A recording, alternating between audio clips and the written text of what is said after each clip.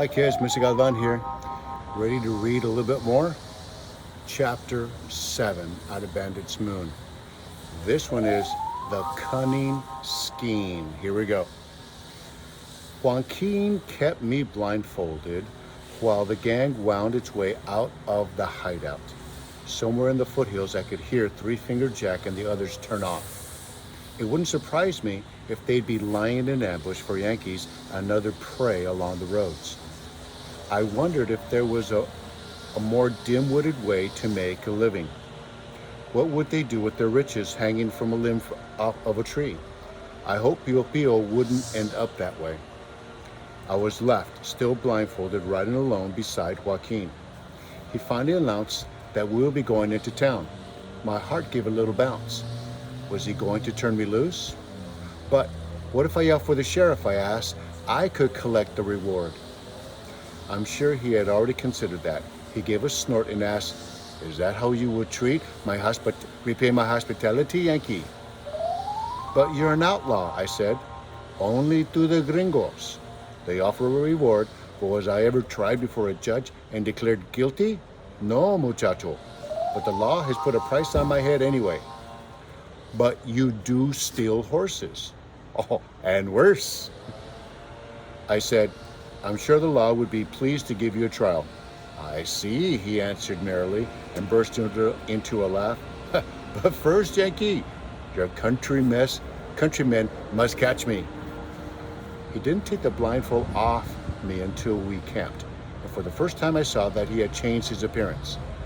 He was wearing a gringo suit, a starch collar and a black tie that hung at his throat like a dead bat. I guess he was trying to look like a wealthy businessman from one of the ranchos. He even wore a top hat without a single dent in it. Before mounting up in the morning, I washed myself in a little stream, trickling through the weeds.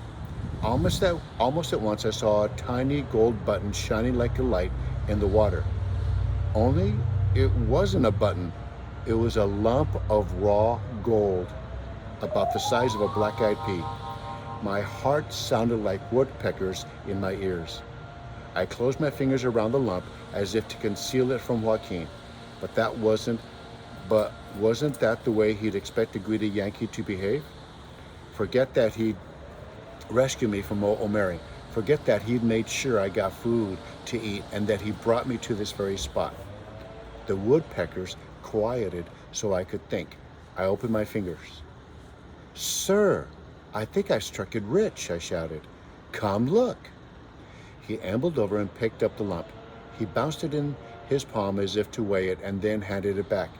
He didn't seem very excited. "Don't lose it," he said. "It must be worth $10. Was that all? But there must be lots more in this stream. There was, muchacho. Can't you see the bottles and oyster cans and the piles of dirt and gravel dumped along the banks? Miners were busy here, eh? They have sifted out the gold. Somehow that lump of yours got left behind. Can't we come back and look for some more?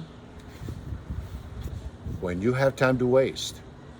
"But how will I find this spot? Where are we?" "Poverty Creek," he said. He took out his knife and carved an X on a tall locust tree. "Look for this tree, eh? That will tell you where to stake your claim."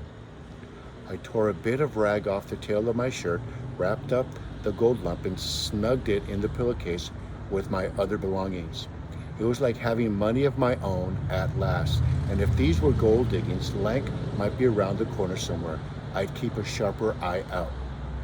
When we mounted up, I tried to fix the tall and lacy locust tree in my mind and all the surroundings so I could find my way back.